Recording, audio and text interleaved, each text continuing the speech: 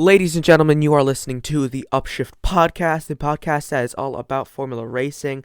Today we are reviewing the Bahrain Grand Prix. I know this is late, and I know you can't see me because I wanted to make this a bit of a longer episode.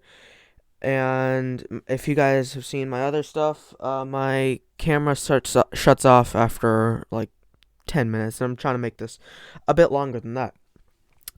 Today, we're not going to crack many jokes in this, because this is the Grand Prix. If you watched it, it was a very scary one in many ways.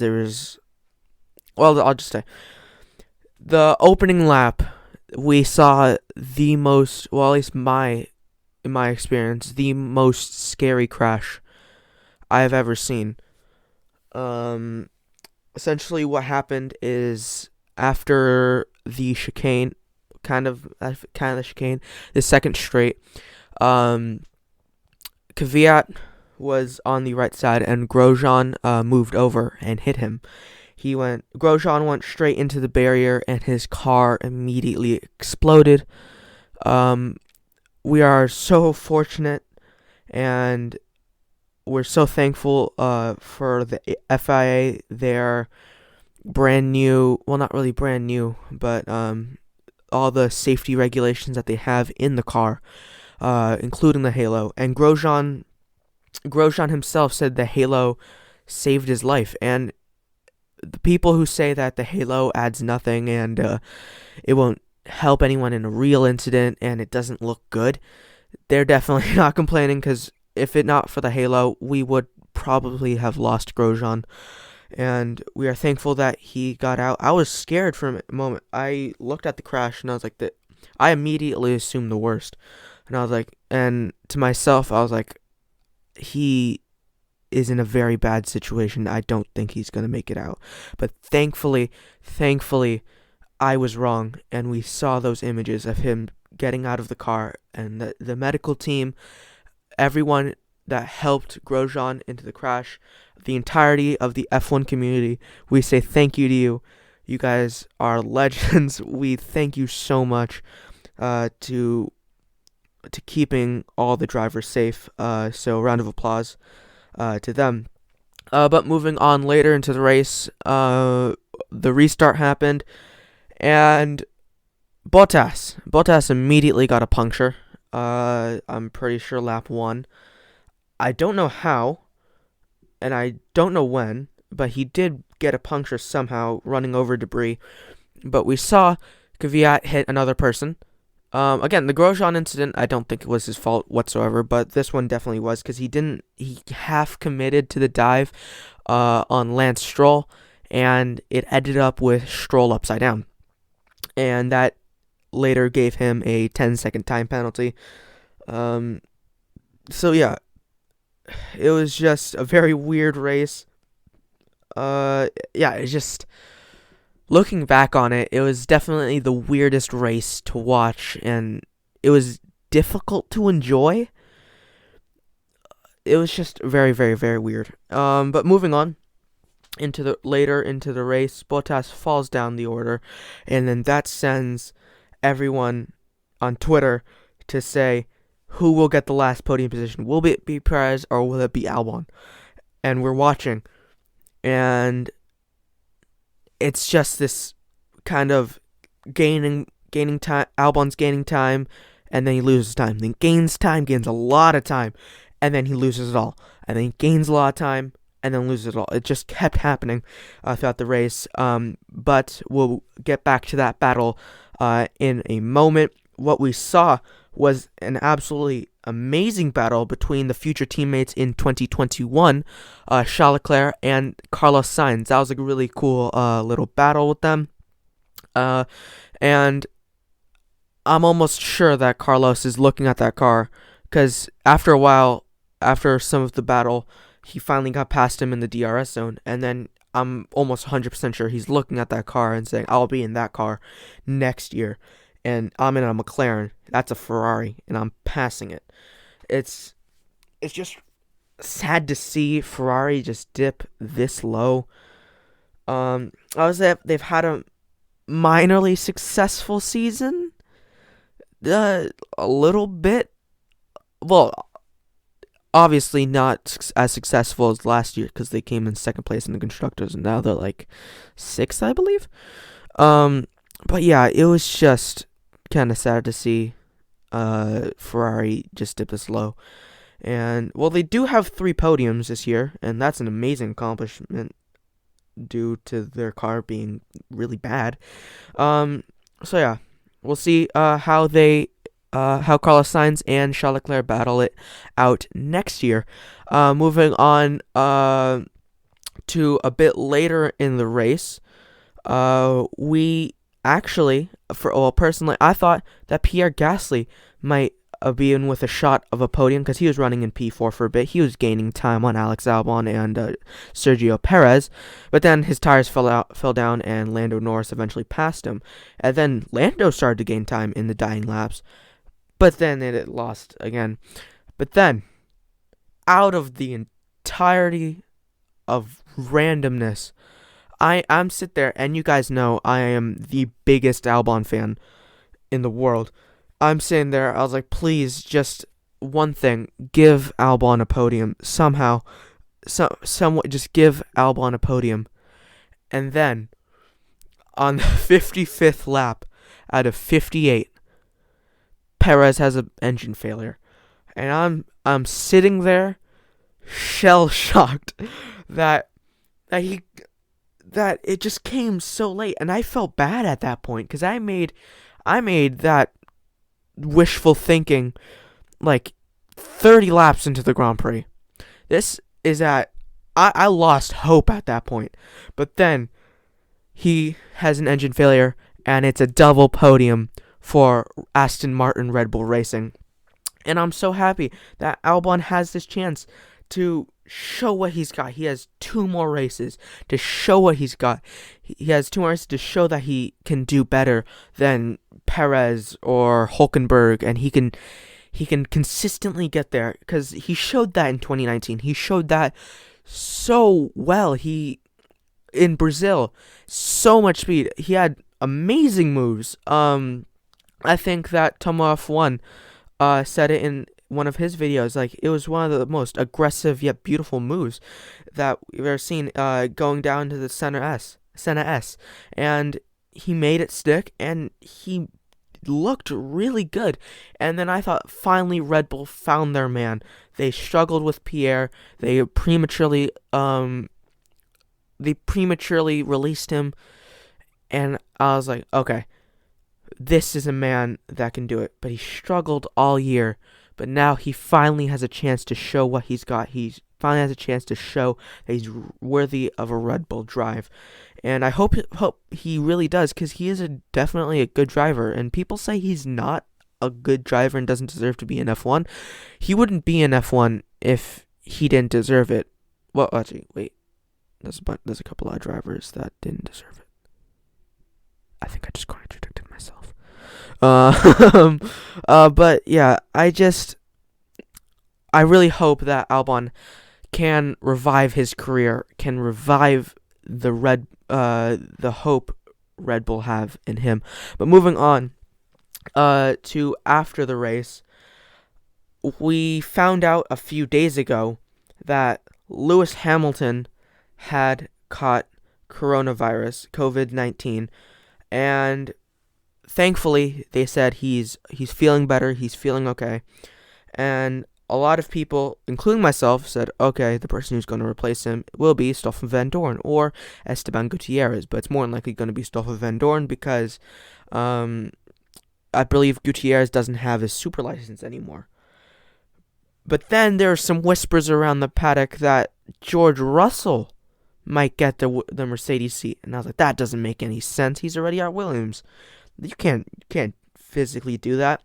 And lo and behold, the day later, I wake up, I check my phone, and I read this headline: George Russell to replace Lewis Hamilton at Mercedes for the Secure Grand Prix. And immediately, I look at this, and I'm so surprised that they did this. I just, because sure, it's a good decision technically, because they can test out how George will do in that W11, and this can be a good proving test that he can do good in that Mercedes car. But Stoffel Van Dorn, I feel really bad for him. Like, I read his Instagram post about it, and it was just sad to see. Like, wait, if I can pull it up, I will read it. Okay, here it is. Hi guys, I thought I would like to update you guys after the news a few days ago. Firstly, I want to wish Lewis Hamilton a speedy recovery. Hopefully, he'll be back in the car ASAP. Obviously, I'm disappointed to not get the chance to drive for Mercedes this weekend, having spent the entire year traveling to all the F1 races and dedicating so much time, so much physical training, and commitment to this program. That just made me just even sadder, because sure, Van Dorn wasn't an amazing driver, but he's still your reserve driver. And George, he's already driving a Williams car. Just let Van Dorn prove what he's worth. Maybe get into a Formula One seat later. Maybe, I don't know, but he's doing actually decently well in Formula E. But he's doing all the duties of a reserve driver, just like Jack Aitken, who will be replacing George Russell at Williams, which I'm super excited about because he's my favorite F2 driver. Sorry, Callum. But he just has done all the duties that he needs to. He's been there for every Grand Prix, yet he's been denied a Grand Prix drive and a race-winning team, which kind of sucks if you think about it, because you're waiting an entire year to get one chance, and then that chance finally comes, and yet you don't get it. It kind of sucks. But I do think that he will do decently well in that car, George, because he is an amazing driver, and I think he's definitely one of the most talented drivers on the grid today. But also, Haas news. I just wanted to say that real quick. The person who will be replacing Romain Grosjean will be Pietro Fittipaldi, their reserve driver. And I'm really excited to see this because we haven't seen the Fittipaldi name in a long while, and I'm actually really excited because I've been watching him for a while, and I thought he wasn't an amazing driver, but I'm definitely excited to see how he performs in Formula 1 against everyone. But the official statement posted by him is, firstly, I'm very happy to see Roman is recovering well and very healthy. That's the most important thing. I'm very grateful to Haas F1 team for giving me this opportunity and trust the team is putting in me. Running in Formula 1 has always been my dream since I was a kid. Although my debut is not coming under the best circumstance, I am equally grateful for this chance, and I will try my best. And I'm excited. I'm excited to see that we will have two F1 debuts and George Russell on the grid. And even more Haas news, they have announced their two new drivers, which we all expected. Well, actually, I saw Callum Ilot's tweet a few days ago about him saying that, no, I will not be in Formula 1. And I looked at that and I nearly cried because I really want him to be in Formula 1. I think he's a really good driver. And if it was up to me, I would put him and Mick in the Haas car. But who have they gone with? They have gone with Mick Schumacher and Nikita Mazepin. Why? We will more than likely know. It's due to money. Nikita is a very successful driver. Not to take that away from him, he's done decently well in the championship this year. I believe he is third in the championship. But he is, I don't think, I mentioned this on the F1 Fanatics video. Uh, when I went there, by the way, you should all check them out. Link will be in the description. Um, that it's just I don't think that he's the best choice. Sure, he gives a lot of money. Sure, that can help you with car development down the road, but he won't deliver the results that you need. I think that Ilott will deliver the results you need. I don't think that he will give you the injection of cash that you like really, really, really need, but he will give those results that you want consistently. And I definitely think Mick is a very, very, very good driver and arguably the most talented driver on that Formula 2 grid. But oh wait, no, not but. What am I saying? And he's really good, and he will give you some cash due to his name. It's a Schumacher, obviously, and I'm not saying that he's only talented with his name. Obviously not, because he's dominating the F2 season. But he will get you some money, and he will deliver consistently. But Nikita, I don't think that he will perform really consistently.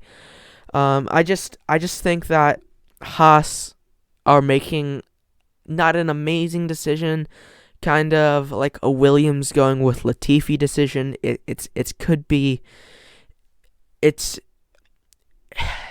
a high risk, medium reward. You know what I mean?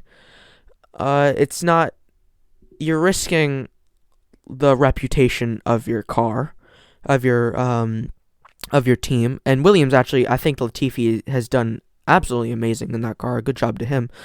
But you risk your team not doing well, because I don't think Nikita is an amazing driver. Again, I think he's a decent driver, but I don't think he's an amazing driver.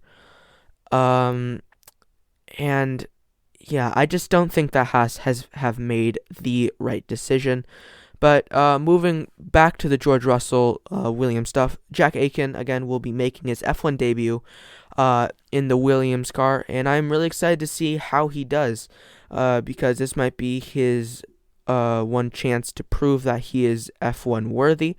And I definitely think that he has struggled this year, but mostly it's been out of his control due to like tire failures. Like last race he had a tire failure and stuff. But yeah, I hope that he gets the ball rolling and does well in this Grand Prix, and maybe even 2 Grand Prix.